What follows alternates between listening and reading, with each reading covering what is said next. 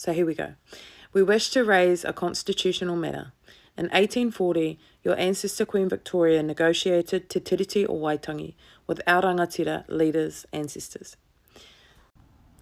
Through our rangatira, Te Tiriti O Waitangi gave the Crown the authority to set up a government for her people who had settled or were to settle in Aotearoa o Te Waipounamu, called Kawanatanga.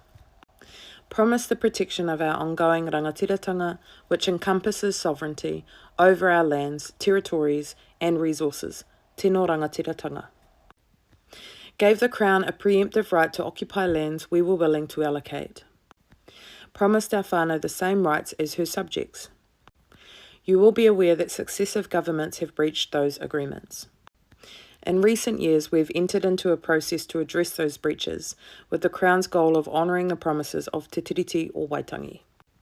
Our people have been very generous, settling for about 1% of what we are entitled to and gifting 99% back to the Crown and New Zealand communities.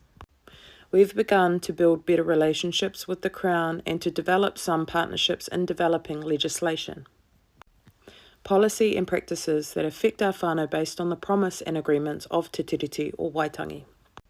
However, your new coalition government, elected on 14th of October 2023, has promised to attack Te Tiriti O Waitangi and the rights of our whānau. They have begun a legislative program that unilaterally redefines the meaning of rangatiratanga, puts our land and seabed at the risk through careless mining, denies us access to property rights regarding water, geothermal and minerals, gives the state greater powers to take our children who are often abused in state care and disconnected from their families and genealogy, reduces the functions of our treaty dispute resolution mechanism, the Waitangi Tribunal, reduces Te Tiriti O Waitangi to a set of principles not discussed with the treaty partner, hapu or iwi Māori, makes it difficult for our people to enter critical professions, including medicine, continuing Māori health disparity, puts barriers in place to prevent the revitalisation of our language, te reo Māori, breaches Te Tiriti O Waitangi settlement legislation, and reduces our rights to participate in local and central government. At the Commonwealth Heads of Government meeting in 2022, you said, "It seems to me that there are lessons in this for our Commonwealth family.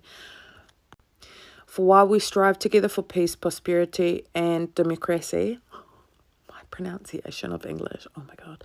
Anyway, carrying on, I want to acknowledge that the roots of our contemporary association run deep into the most painful period of our history. I cannot describe the depth of my personal sorrow at the suffering of so many. If we are to forge a common future that benefits all our citizens, we too must find new ways to acknowledge our past. Quite simply, this is a conversation whose time has come.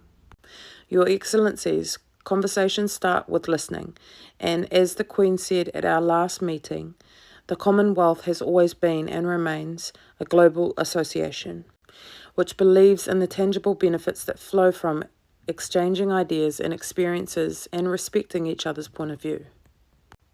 As a constitutional monarch of the Crown and a descendant of Queen Victoria, we seek your intervention to ensure that the government does not diminish the Crown's honour. Please remind them to respect their responsibility to act as an honourable partner on your behalf.